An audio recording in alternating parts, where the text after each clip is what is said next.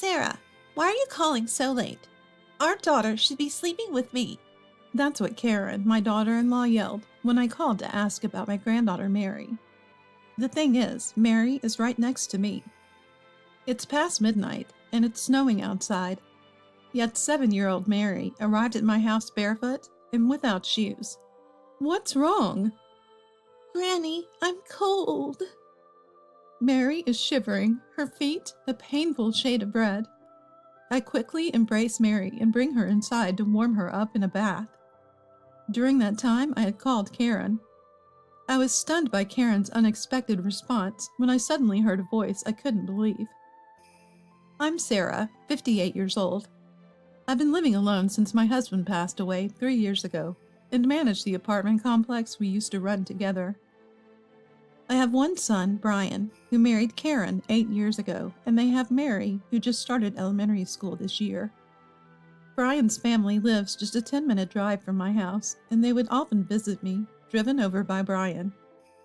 Each time, I couldn't get enough of Mary, who would cling to me and never want to leave my side.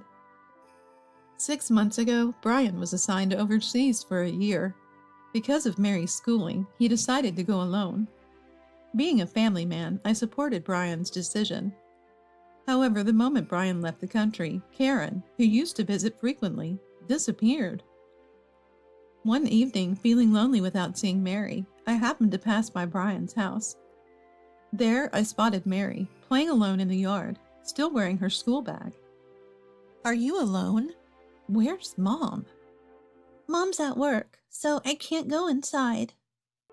Just as Mary said, the house was locked, and she usually waits alone until Karen returns. That's when I found out that Karen, who was a stay-at-home mom, had started working. I couldn't leave Mary alone, so I took her to my house and gave her some snacks, which made her very happy. Mom gets mad if I say I want a snack, so I always hold back. I felt sorry for young Mary, who was always showing such restraint. Worried that Karen, unaware Mary was with me, might get concerned, I left a voicemail saying Mary was in my care. Later that evening, while having dinner with Mary, Karen came home. Without even a greeting, Karen entered and immediately began scolding. Mary, you can't just go to Granny's house without permission, okay? Why can't you be a good girl? Mom, I'm sorry. Mary, who had been enjoying her meal, put down her fork and looked down, making me feel sorry for her.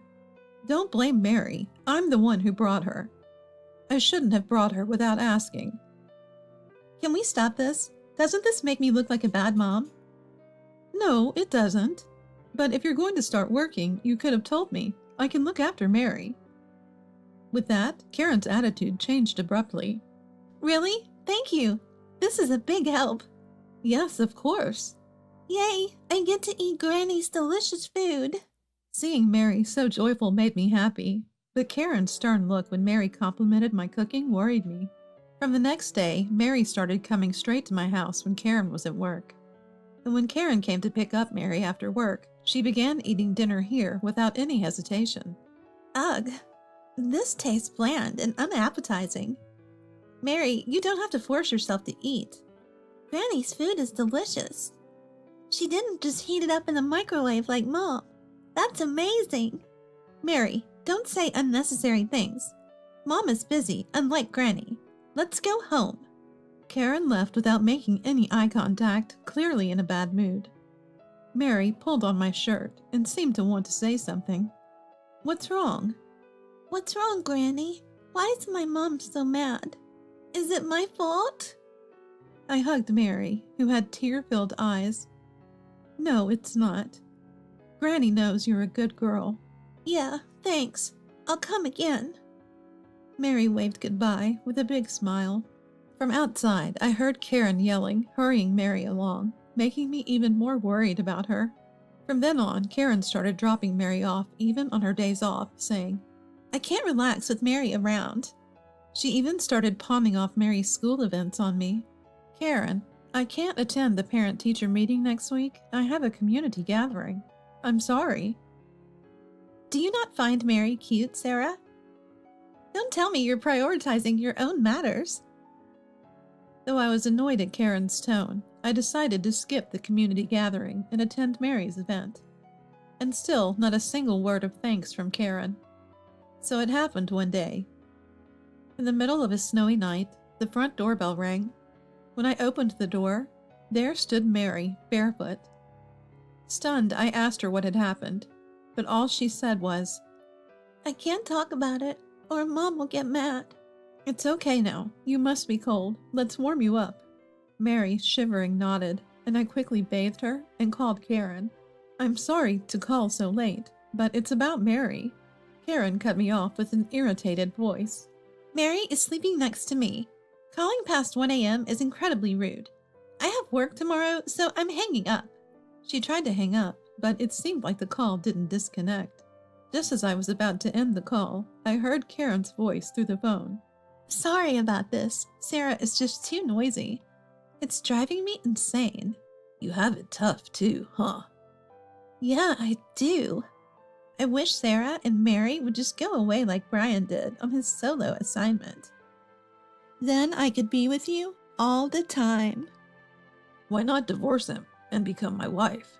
The condition is that you have to abandon that brat. Deal? Promise? I love you way more than I ever loved Brian. When Karen said that, I heard a suspicious voice on the other end, leaving me stunned. What is she doing? Neglecting her own daughter like this? Anger towards Karen boiled up inside me. I wonder how Mary has been coping all this time. I couldn't help but cry, feeling pity for Mary. Mary had been sleep-talking, apologizing to her mom. Karen never contacted me, even the next morning, despite lying about spending time with Mary. I will never forgive her. I vowed to make Karen pay. The next day, after sending Mary to elementary school, I started gathering evidence of Karen's infidelity. I found Karen cozied up with a man near Brian's house. I secretly followed them and witnessed them entering the house. Don't you need to find the kid? She's at Sarah's place, no worries. Mary's just a hindrance, keeps us from enjoying our time with Robert. Their conversation made my blood boil. How dare she treat her daughter Mary as an annoyance? I was disgusted, but seeing Mary's joy at being picked up from school pained me. Finally, that evening, I got a text from Karen. I've caught a cold. I don't want to pass it to Mary, so can you keep her till I'm better? I knew she was lying, but I simply replied, take care. From that day on, Mary started commuting to school from my house.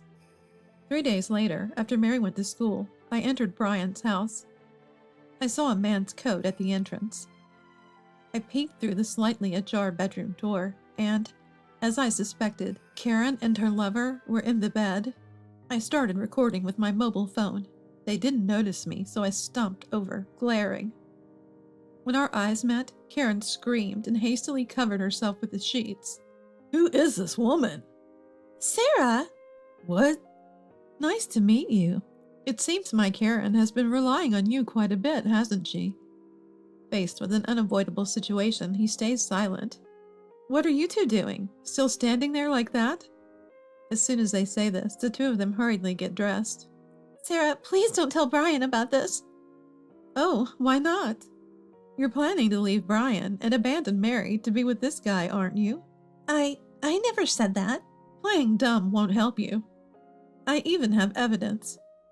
I then revealed that I had recorded the phone call Karen thought she had ended. I can't believe this. It's disgusting that you were eavesdropping. Is that all you've got to say? You are Mary's mother, and you don't even consider how she felt coming home alone. How can you not think about that? I choke back tears as I think about Mary. It's not Mary's fault for being gone. If you care so much about that kid, why don't you take her? Not a bad idea. Mary is very attached to Sarah. Just when I thought it was pointless to say any more to Karen, the bedroom door swung open violently. Karen, enough is enough. Brian, who had been listening from outside, yells, and Karen freezes as she looks at him. Brian, why are you here? I heard about everything from Mom and flew back for this very day. Karen, you're the worst wife and mother. That's not true. You're misunderstanding. Really? Then explain why you neglected Mary to have an affair. Karen looks at Robert for help, but he ignores her. Come on, say something. What can I say when your husband shows up? That's it. I'm divorcing you, Karen. And you'll never see Mary again. Just give me the child support and do as you please. What? No.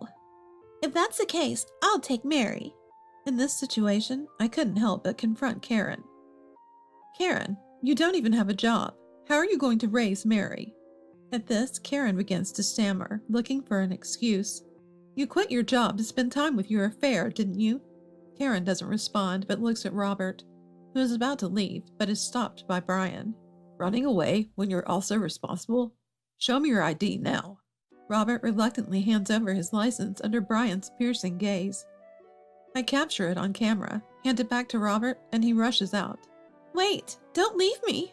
Left behind, Karen breaks down in tears. Karen, you need to leave this house right now. Sarah, Brian, I'm sorry. I'll never do this again. There's no way we can forgive you. I was just lonely. I don't want to hear your excuses. Brian then presented the prepared divorce papers to Karen. I couldn't just stand there watching Karen cry even more intensely. Being a mom isn't just about giving birth. Karen, you chose being a woman over being a mom. You're unfit to be a mother. What are you talking about? Sarah, your thinking is outdated. Loving your child is timeless. Well, Karen, you'll probably never get that since you see your child as an inconvenience. Karen then clung to my legs. Sarah, I'm sorry. From now on, I'll take proper care of Mary. Please forgive me. No way. It's your own fault. I pushed Karen away, and she said nothing more, hanging her head in shame. Then Karen resigned herself and filled out the divorce papers. After that, she left the house without ever coming to see Mary again. They divorced, and Brian claimed $30,000 in damages from Karen and Robert. Karen was disowned by her parents-in-law after they found out about the affair, and was even kicked out of her family home. She was also abandoned by her lover, and is now hopping from one friend's house to another. Karen has now started working a night job to pay the claimed damages and child support. Brian discussed the situation with his company and decided to quit his overseas assignment and work in America. He sold the apartment they were living in and decided to live with me. When we told Mary, she easily accepted it, saying, I won't be lonely if Dad and Granny are around. Now my life revolves around Mary, and despite the busy days, I feel happy and fulfilled. I vow to fully love Mary, who smiles more than ever, and to be her ally in any situation.